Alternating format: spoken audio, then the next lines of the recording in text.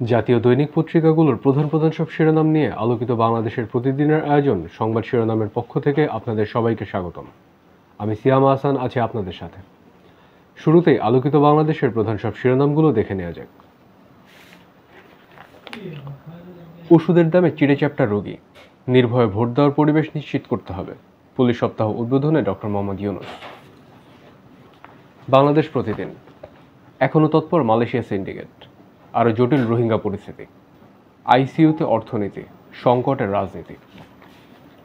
প্রথম আলো, ভারত পাকিস্তানের মধ্যে উত্তেজনা আরও বাড়ল, মানবিক করিডোর নিয়ে উদ্বিগ্ন বিএনপি সহ বিভিন্ন দল।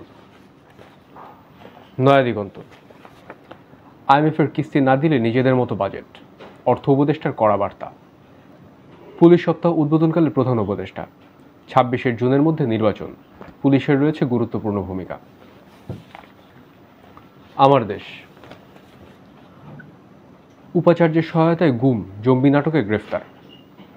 খুলনা বিশ্ববিদ্যালয়, প্রকাশ্যে তুলে নেওয়ার 17 দিন পর গ্রেফতার দেখানো হয়।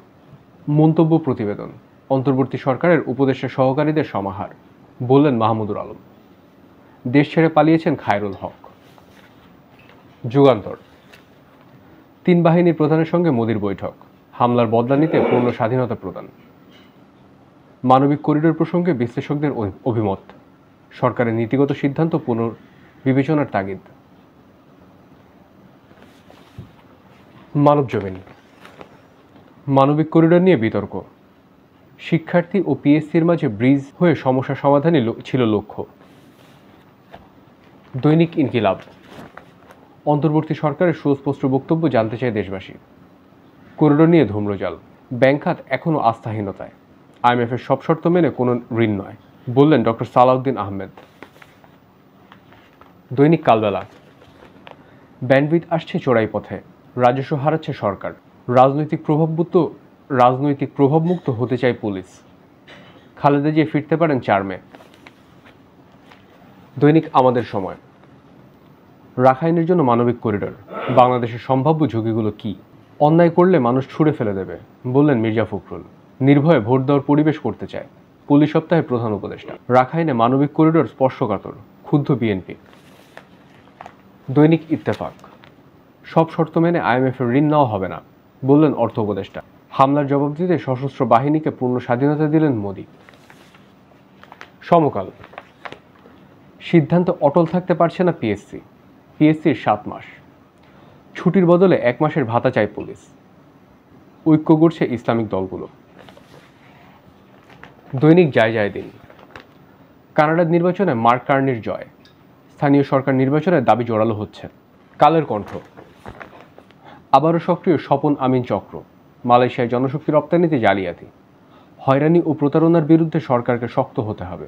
বিপর্যস্ত অর্থনীতি, সংকটের রাজনীতি, বাতিল হচ্ছে 22 মুক্তিযোদ্ধার সনদ।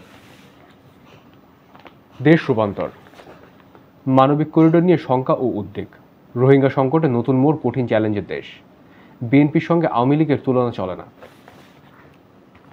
প্রতিদিনের বাংলাদেশ, একযোগে এলজিইডি 36 কার্যালয়ে দুদকের অভিযান, ঝুঁকি ভাতাসহ একগুচ্ছ দাবি, পুলিশ কল্যাণ সভায় উত্থাপন, বিএনপি জামায়াত সহ বিভিন্ন রাজনৈতিক দলের উদ্বেগ, প্রসঙ্গ মানবিক করিডোর। সময়ের আলো, দুশ্চিন্তা বাড়াচ্ছে এআই, প্রবাসীদের ভোট নিয়ে ইসির সেমিনার, রোডম্যাপ ঘোষণার দাবি বিএনপির, প্রাথমিকের নিয়োগে আমূল পরিবর্তন। দৈনিক বাংলা, কাশ্মীর হামলার জবাবে সেনা অভিযানে মোদির সবুজ সংকেত, কারো দ্বারা ব্যবহৃত হবেন না, পুলিশদের উদ্দেশ্যে প্রধান উপদেষ্টা। দৈনিক জনকণ্ঠ, দ্বিতীয় বাংলাদেশ গড়তে চাই, পুলিশ সপ্তাহ উদ্বোধনকালে প্রধান উপদেষ্টা।